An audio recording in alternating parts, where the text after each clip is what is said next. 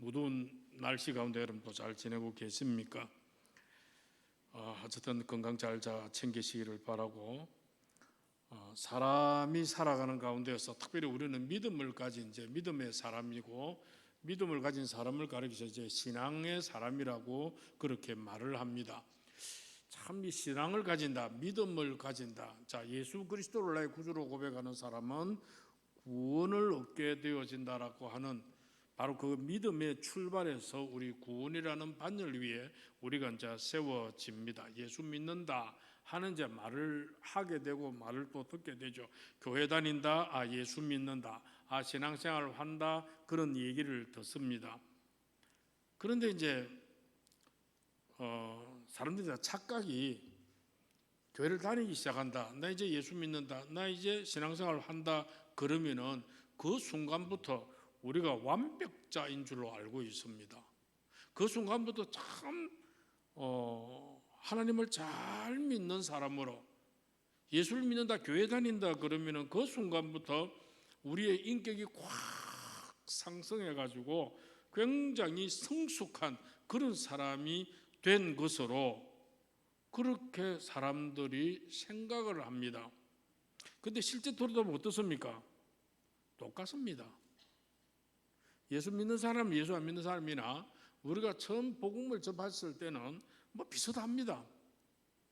그런데 정말 성령의 강력한 역사로 또 이렇게 변화가 되어지는 그런 사람도 좀 있기는 합니다만은, 이게 예수를 믿고 난 뒤에 우리가 성숙한 그리스도인, 정말로 그분의 인품은 정말로 존경스러워, 정말로 그분의 믿음은 굉장히 깊어, 높아, 이런 인정을 받으려고 그러면은 정말로 믿은 지 1, 2년 가지고는 안 됩니다. 5년 가지고도 어렵더라고요.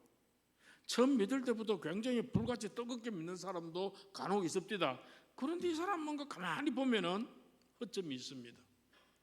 어떤 허점이 많이 빠졌냐 하면은 잘 모르는 게 또 많아요. 잘 모르고 자기 열정에 그냥 일을 하다 보니까 비성경적인 부분이 또 많이 생기기도 하고, 또 그렇게 하다 보니 사람들이 열심히 한다 그러니까 모두가 다 와, 잘한다 잘한다 해주고 칭찬을 해주고 하니까 자기도 모르게 교만에 좀 빠져지는 이런 경향이 많이 생깁니다.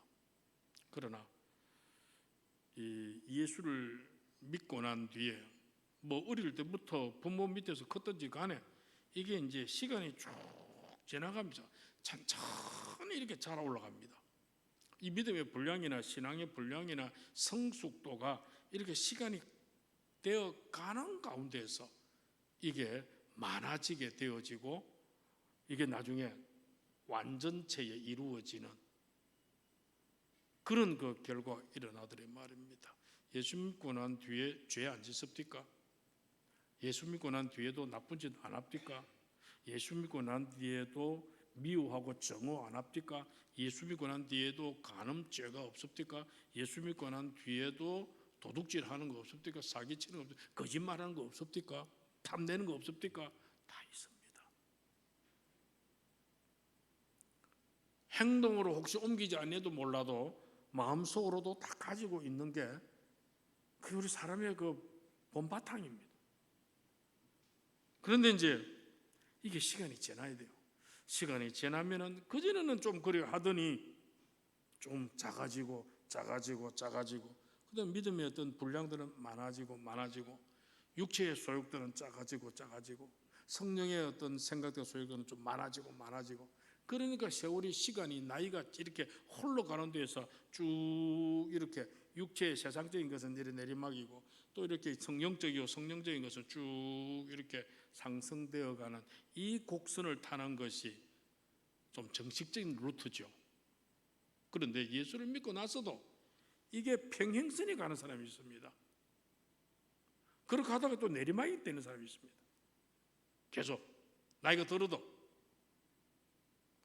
적어도 이러면 40이 넘으면은 부록이라 그러는데 세상적으로 그렇게 합니다.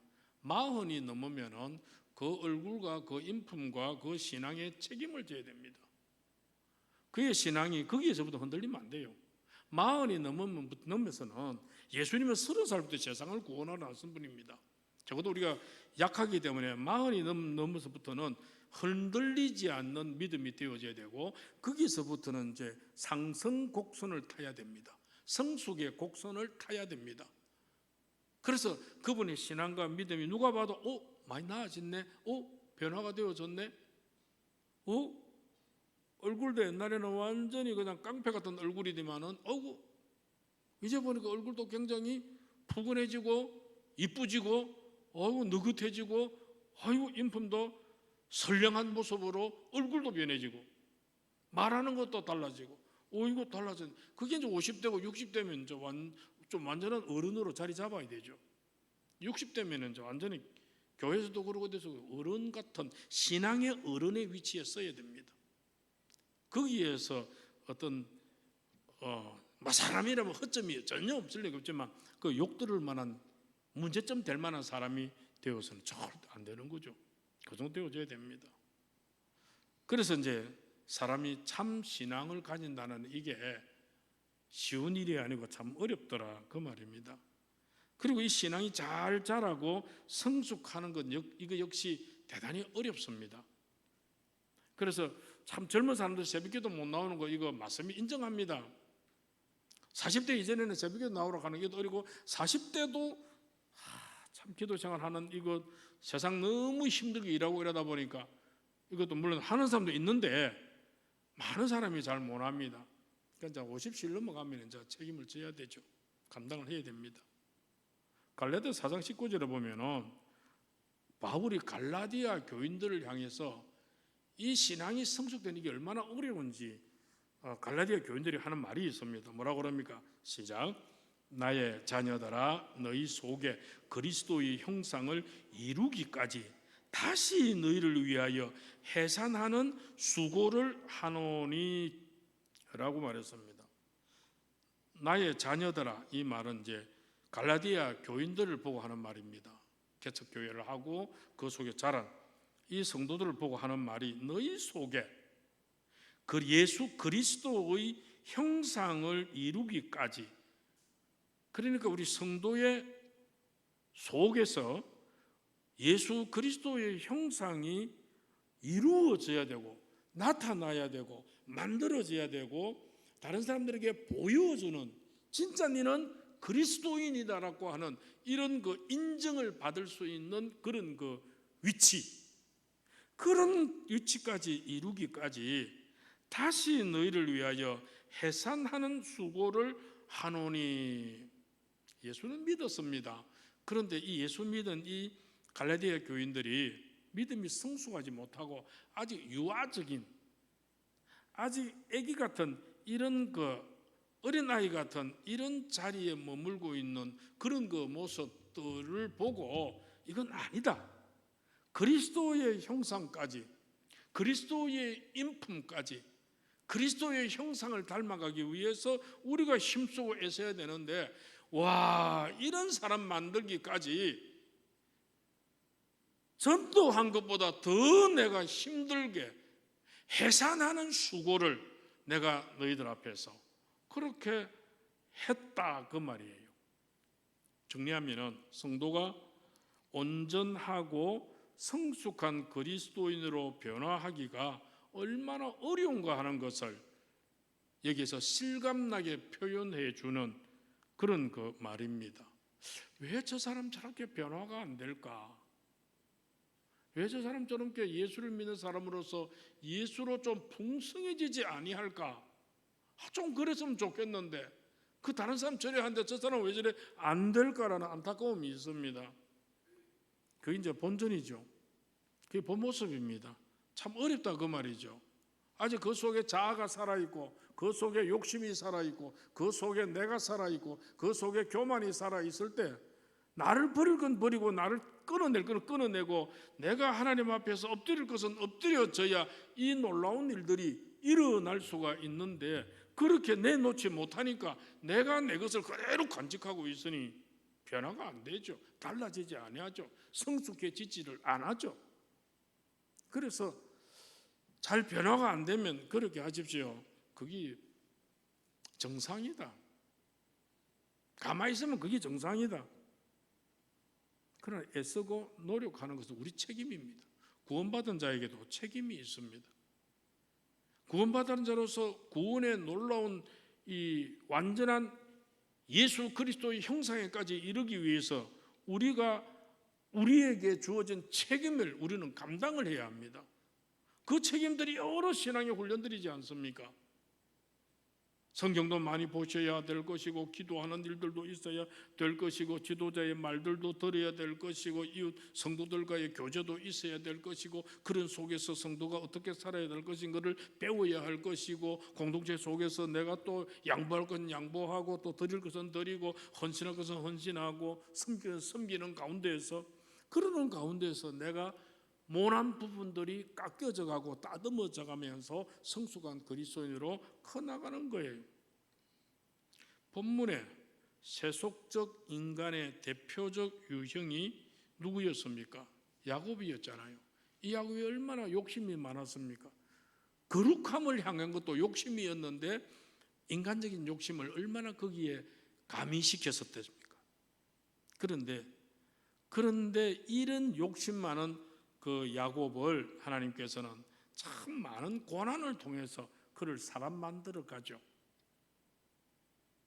형에게 거짓말해서 장자권 빼앗았다가 아버지로부터 축복을 한껏 자기가 다 받은 바람에 형이 칼을 들고 안 설칩니까? 이놈의 자식 죽여버린다고. 그걸 늦어 저거 어머니가 외갓집으로 빼돌리잖아요. 외갓집에 갔더니 거기에서부터 20년 동안 외삼촌으로부터 얼마나 많은 속임을 당합니까? 물론 뭐 그런 건 해서 아내를 너희나 얻게 되어지지만은 고달팠습니다. 자기 몫을 좀 주었지만은 라반이 자기와 자기 자녀들이 키우는 그 양떼의 거리하고 야곱 니네 저쪽 가서 키워라 하는데 하루 이틀 사흘을 걸어가야 만날 수 있는 그쪽으로 야곱을 보내가지고 거기서 이렇게 가족과 떨어져 가지고 살게 해가 가축 먹이게 하고 얼마나 서러운지 모릅니다.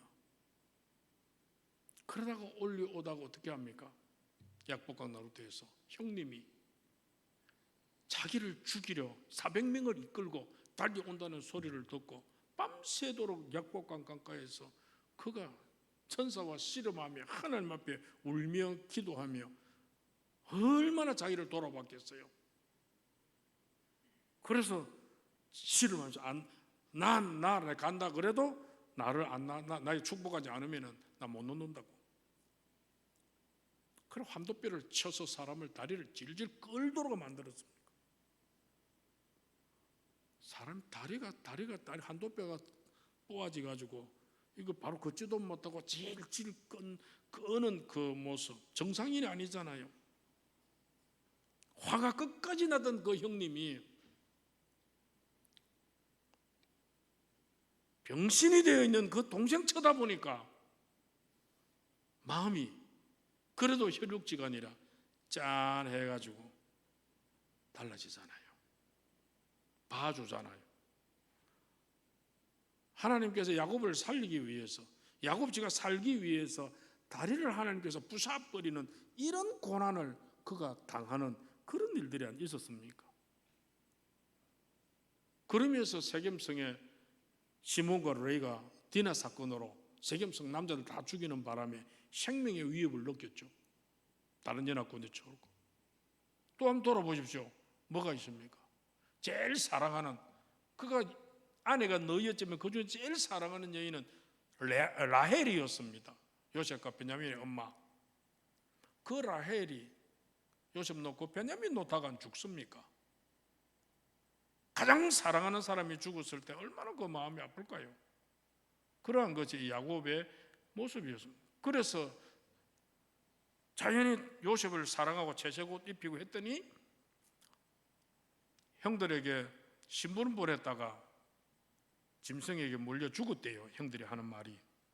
그때 형들은 팔아 먹어버렸죠. 요셉이 죽은 걸 알고 야곱이 얼마나 서울에 내린 것 같은 그런 느낌으로 살았습니다.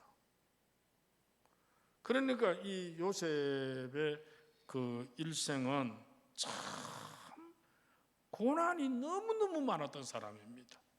하나님의 장자의 하나님께로 장자의 축복을 받았지만은, 그러나 그 요셉의 야곱의 삶은 정말로 여러 고난들을 많이 받고 그러다가 130세가 되어집니다. 총리 대신이 된 그 요셉을 만날 때가 이제 130이 되어집니다. 그래가지고 17년을 더 살죠. 147에 죽는데,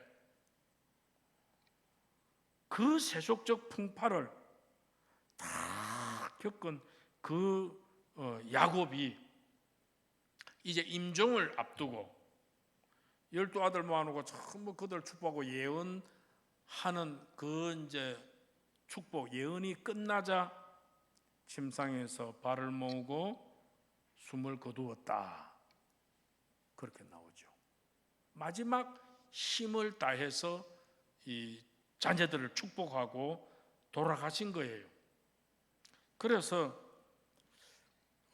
이런 그 야곱의 모습은 족장이었는데 147살의 노족장입니다. 노시한, 연세 많으신, 그래서 연세 많으신 그 야곱의 임종을 통해서 보여준 그 신앙, 그때 야곱의 신앙은 어떤 신앙이었겠는가, 그걸 보면서 우리는 신앙생활은 그렇게 하면 안 되고 이렇게 해야 되겠구나, 이분의 신앙은 결국은 이런 신앙이었구나 하는 것을 가슴에 담게 되어지죠.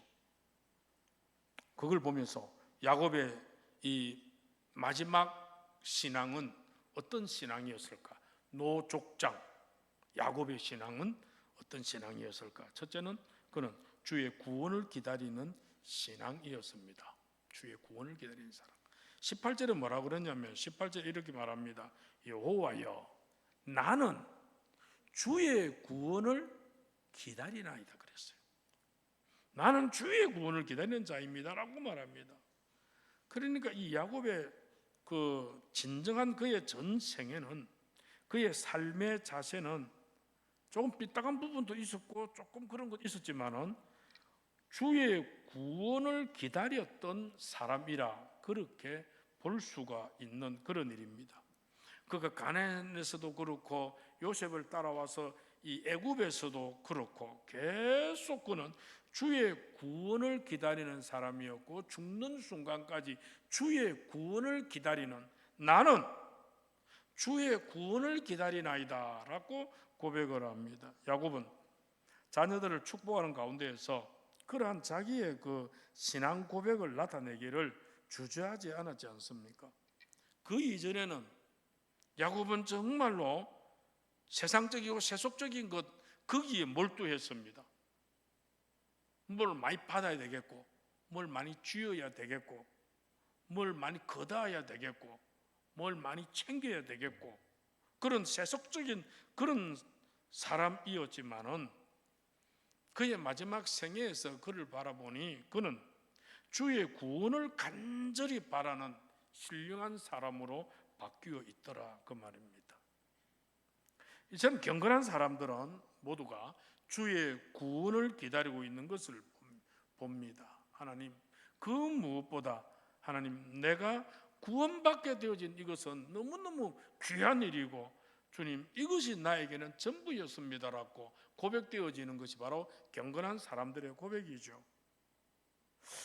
누가복음 2장에 보면요, 예루살렘의 경건한 노인이었던 시므온도 그런 분이었습니다.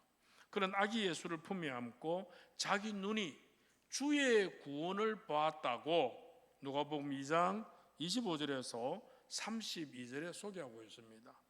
자, 찾아보려니까 늦으니까 읽읍시다. 시작. 예루살렘에 시므온이라는 사람이 있으니 이 사람은 의롭고 경건하여 이스라엘의 위로를 기다리는 자라. 성령이 그 위에 계시더라. 그가 주의 그리스도를 보기 전에는 죽지 아니하리라 하는 성령의 지시를 받았더니 성령의 감동으로 성전에 들어가매 마침 부모가 율법의 관례대로 행하고자 하여 그 아기 예수를 데리고 오는지라. 시므온이 아기를 안고 하나님을 찬송하여 이르되 주제여 이제는 말씀하신 대로 종을 평안히 놓아주시는도다. 내 눈이 주의 구원을 보았사오니 이는 만민 앞에 예비하신 것이요 이방을 비추는 빛이요 주의 백성 이스라엘의 영광이다 라고 말합니다. 여러분, 오늘 우리 어떤 신앙 가져야겠습니까? 오늘 나는 주의 구원을 기다리는 신앙을 가져야 합니다. 실로 우리의 믿음의 선조들이 오실 그리스도를 기다린 같이 이제 우리는 다시 오실 그리스도를 간절히 기다리는 믿음이 우리의 마음에 크게 있어야 될 줄로 믿습니다. 주님 오시든지 안 오시든지 저는 별 상관없어요. 관심 없어요가 아니라 주님, 내가 살았을 때 주님 다시 오시면 너무 좋겠습니다. 죽음을 맛보지 않고 바로 공중 들림 당하고 하나님 나라에 들어갈 수 있다면 이것보다 하나님 더 큰 거 어디 있겠습니까?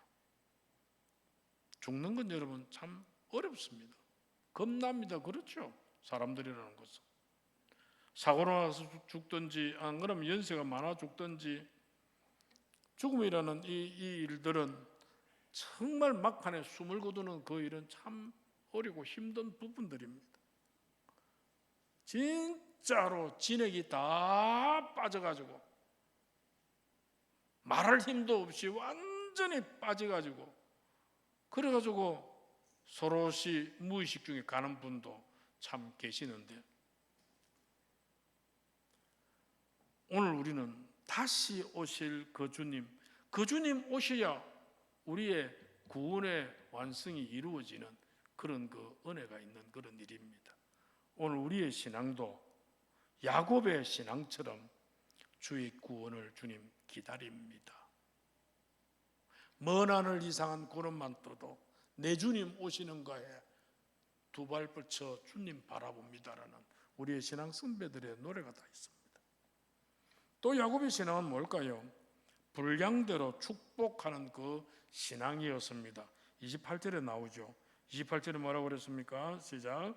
이들은 이스라엘의 12지파라 이와 같이 그들의 아버지가 그들에게 말하고 그들에게 축복하였으니 곧 그들 각 사람의 분량대로 축복하였더라.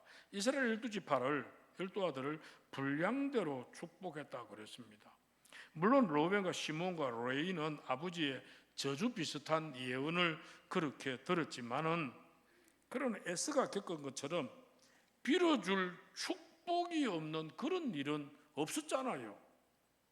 빌어줄 축복이 안 있습니까? 야곱에게. 오늘 여러분, 우리는 빌어줄 축복이 있는 부모인 줄로 믿으시기를 바랍니다. 부모로서 충분하게 내 자녀에게 그 분량대로 축복할 수 있는 그 부모의 모습. 야곱은 분량대로 각 지파를 구체적으로 충실하게 축복을 했습니다. 쭉 보면요, 경건하지 못한 부모는 임종을 앞두고 자식들을 막 원망하는 부모들도 있습니다. 때로는 막 저주를 자식들에게 퍼붓는 그런 부모도 있어가지고 자식들에게 원성을 사는 그런 일도 있는데 오늘 경건한 부모는 사람이 갈 때는 얼 줄 안다 그래요. 불러 모아놓고 자녀를 앉혀놓고 차례대로 자녀들에게 축복을 해주는 일입니다. 야곱은 지금 기력이 다 쇠한 상태입니다. 말 이제 한마디 하기가 힘겨운 그런 지금 시점입니다. 그럼에도 불구하고 힘을 내어 침상에 걸터 앉아서 옛 세상의 소욕이 만한 그 야곱이 아닌 변화된 신앙의 사람 이스라엘로서 그들의 자녀들에게 축복을 해 주었습니다. 예리한 통찰 능력으로 그 자손들에게 합당한 축복을 했죠. 바로 이것은 죽음 앞에서 자신보다 자손들의 영적인 면에 마음을 더 쓰는 노족장 야곱의 신앙과 사랑을 보여주는 일이었습니다. 그제 나왔지만 특별히 요셉을 향해서 그가 부어주는 그 축복의 사랑은 말로 표현할 정도로 많은 거죠. 넘치죠. 실로 야곱은 축복의 소중함을 어렸을 때부터 깨달았습니다. 그래서 그 축복에 대한 욕심이 너무 많았어. 그래서 아버지 이삭에게로부터 그가 한껏 축복을 받았고, 이제 그가 그의 12아들을 잊지 않고 한껏 축복하고 있는 그런 그 내용입니다.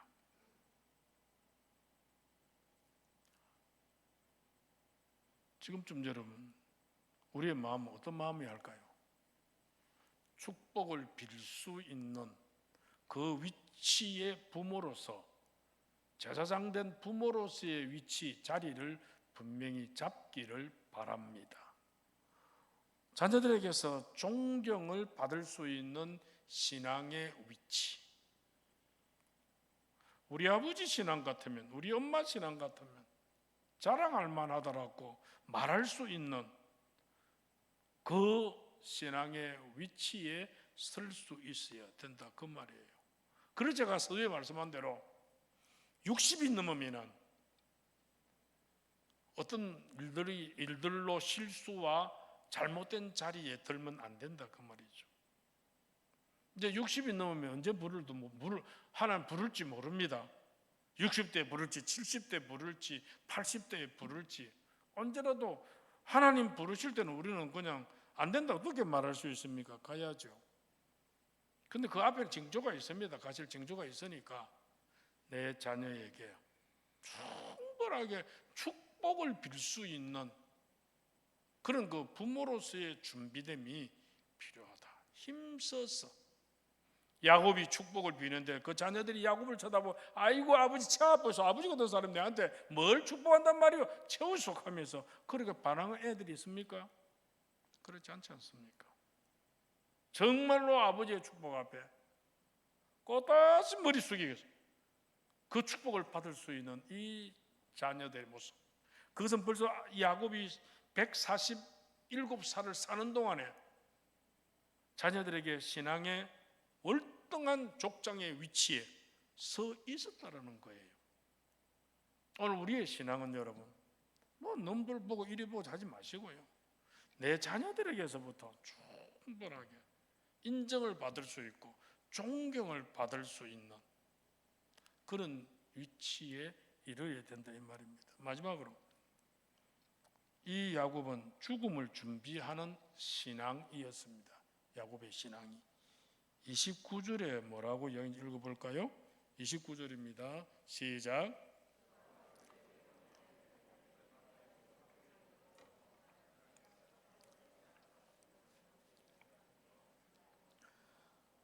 내가 내 조상들에게로 돌아가리니. 야곱은 자기가 곧 열조에게 돌아갈 것을 말하면서 자기 죽음 뒤에 구체적인 조치를 자녀들에게 부탁하는 것을 보게 되어집니다. 야곱이 죽음을 준비하는 그 신앙을 알았습니다. 그가 언제쯤 내가 가게 되어진다 하는 이걸 자기가 느꼈고 내가 곧 간다. 나의 아버지, 나의 할아버지, 증조 할아버지 그쪽으로 나도 돌아간다. 그러니까 나를 우리 아버지, 우리 할아버지들이 묻어 있는 헷 사람 그 에브론 밭에 있는 그 굴 우리 무덤에 나도 거기에 넣어다오 그 말이죠.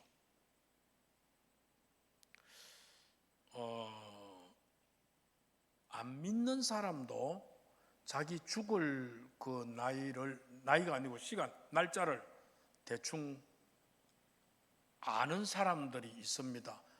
그런 경험들 있죠. 저희 동네에 저희 어릴 때 김해 우체국에 집배원 둘이 할아버지가 있었습니다.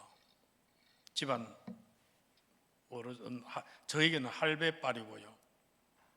한 분은 우리 바로 담을 세워 담 사이에 있는 그 할배는 술도 안 먹고 사람이 아주 좀 깐깐한 듯 하면서 아주 점잖은 선비 같은 양반이면서, 그래서 그 당시 집배원이지만은 안에서 집배는 나중에 안 하시고 안에서 분류작업이나 이런 이제 행정적인 부분들을 감당했고, 또 한 분은 아주 그냥 연세 퇴임할 때까지 이 집배하는 편지 배달하는 그런 이제 분이었고, 늘 김에서 할진고기에 넘으면서 그분은 술 한잔 떼가지고 자전거를 끌고 오기도 하고 뭐 하여튼 그렇게 살고. 그래도 그 당시 우리 동네 집배원 집에 이제 가만 생각하니까 텔레비가 있었습니다. 우리는 없었는데 그 집에 가서 연속극 본다고 막 그 집에 가서 동네 아들 다 모이고 그랬었는데, 근데 이 할아버지들이 우리 옆집 할아버지는 항상 그 은퇴하고 난 뒤에 모시정상 화장고 입고 늘 그렇게 깨끗하게 참 살았습니다. 그러더니 내가 내일 간다 그러면서 뭐 이런저런 정리들을 하고 그렇게 하시더니 그 다음날 그렇게 가셨어요. 뭐 그 당시 우리 예수 믿는 것도 없습니다. 교회도 없고. 저쪽에 술을 많이 드시고 했던 그 또 할아버지는 내 이제 갈 때 됐다, 오늘 한 잔 더 묻고, 저 시커먼 두 놈이 계속 내 따라다닌다, 그런 이제 말들을 그렇게 하고 하더니 내가 모레 좀 간다, 모레 좀 갈 거다, 그러면 진짜 모레 후에 그냥 가셨다. 자, 형님한테 들은 이야기입니다. 엊그제 우리 믿는 사람들도 그런 어떤 느낌들을 많이 받잖아요. 내가 하나님께 갈 때가 되었다. 아마 많이 아프고 힘이 들고 노쇠하면 느껴지는 것 같아요. 그러면서 자식들을 다 한번 모이라, 그래 찬송 불러도 하실 말씀 하시고 자녀들이 찬송 불러주는 가운데에서 천사들이 데리러 왔다, 꽃수레가 내려왔다, 그러면서 마지막 마무리하시는 이런 경우들을 우리가 많이 봅니다. 오늘 뭐 70, 80 되는 분들이 들어야 될 이야기를 읽는지는 모르지만 그게 아닙니다, 여러분. 우리는 인생을 살면서 많은 준비를 하느라 참 바쁘게 허덕이는데, 정작 어느 인생이고 간에 한 번은 맞이하는 이 죽음에 대해서는 의외로 많이 준비하지 않는 모습을 봅니다. 마치 자기가 영원히 죽지 않을 것처럼 생각하고 죽음을 전혀 준비하지 않고 사는 그런 사람들을 주위에서 종종 본다, 이 말입니다. 사도 바울이요, 그의 전 생애를 힘있게 살아갈 수 있었던 것은 그는 항상 죽음에 대해서 준비가 잘 되어 있기 때문이었습니다. 그는 하나님의 나라를 선한 싸움 다 싸우고 나는 달려갈 준비를 다 했다, 그렇게 말을 하고, 나는 오전이 하늘의 그 표대를 상급을 향해서 나는 달려가는 일이고 내 생명이 이제 끝난다도 나는 괜찮다라는 그 말들을 그가 늘 준비하고 마무리를 그 중심으로 했습니다. 선교를 전문적으로 하는 그런 것도 단체에서는 선교사를 파송하기 전에 선교사에게 유서를 써놓고 선교사를 파송하는 경우가 많이 있습니다. 그건 죽음을 각오하고 선교해야 될 일이기에, 그래서 선교 실적이 참 좋다 하는 이런 말들도 있는데, 어쨌든 진실로 참 믿음과 경건의 사람은 죽음을 잘 준비하는 데서부터 시작된다는 것을 좀 기억했으면 좋겠습니다. 어느 날 전도자 무디가 자신이 세상을 떠나게 될 것을 깨닫고 한 친구에게 이렇게 말했습니다. 친구야, 언젠가는 신문에서 노스필드의 무디가 죽었다는 기사를 읽게 될 거야. 그렇게 되더라도 자네는 그 말을 믿지 말게. 그때가 오면 나는 지금보다도 더욱 활동적인 사람으로 살게 될 걸세. 나는 이 낡은 흙집, 즉 이 낡은 흙 몸에서 나와 더 높은 곳, 영원히 멸하지 않는 집으로 들어갈 거야. 거기는 죄의 손길이 닿지 못하고 더럽혀지지 않는 하나님의 영화로운 몸을 입게 될 거란 말일세. 자네도 알다시피 나는 1837년에 육으로 태어났고 20년 후 1856년에 영으로 태어났다네. 이제 육은 없어질 터이지만 내 영혼은 영원히 살아있을 것일세 라고 말했다고 합니다. 오늘 우리가 기억해야 될 것은 하나님의 사람 모세도 시편 90편 12절에 이렇게 말했습니다. 뭐라고 그랬습니까? 시작. 우리에게 우리 날 계수함을 가르치사 지혜로운 마음을 얻게 하소서라고 귀한 기도를 우리에게 가르쳐 주었습니다. 우리의 날을 계수함이 얼마 남았을까? 이 남은 날을 거룩하고 경건한 믿음의 사람으로 잘 준비되어질 수 있도록 그렇게 지혜로운 마음을 하나님 가지게 하소서, 이 말이죠. 사랑하는 성도 여러분, 적어도 임종을 맞았을 때 우리가 죽음을 준비하지 않고 허둥대고 당황하는 그런 어리석음은 범하지 말자라는 것입니다.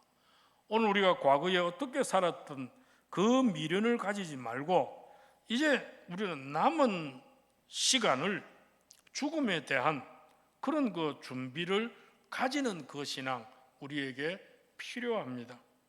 진정 나는 이 죽음에 대해서 정말 준비하며 살아가느냐, 아니면 그냥 막연히 하루하루를 보내고 있느냐, 이 말입니다. 신앙이 아름다운 사람은 죽음의 준비를 잘 하는 사람이라고 그렇게 말합니다. 오늘 본문을 보니까 이 야곱은 말년에 정말 속된 거 다 버리고 그의 생애의 대미를 경건하게 장식한 것처럼 오늘 우리도 주의 구원을 간절히 기다리고 내가 하나님의 제사장으로서 축복할 사람을 그 분량대로 축복을 하면서 죽음을 준비할 수 있는 참 그런 귀한 신앙의 인물이 되어지기를 원합니다. 그래서 후손이나 주변 사람이 정말 그분은 실로 하나님의 사람답게 인생을 마쳤다라는 소리를 들을 수 있도록 그렇게 하자는 거예요. 그럴 때 우리의 자녀와 주변 사람에게 우리는 선한 영향력을 끼친 경건한 주의 백성으로 자리매김했다, 그런 결론을 얻게 될 겁니다. 그런 자리에 좀 깊이 한번 생각해 볼 수 있는 그런 우리가 되어지기를 원합니다.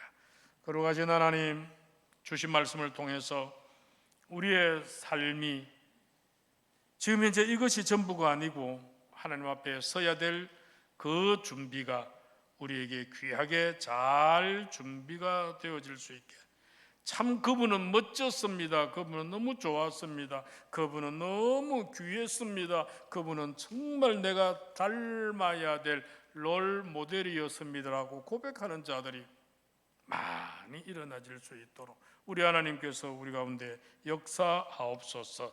예수님의 이름으로 기도합나이다. 아멘.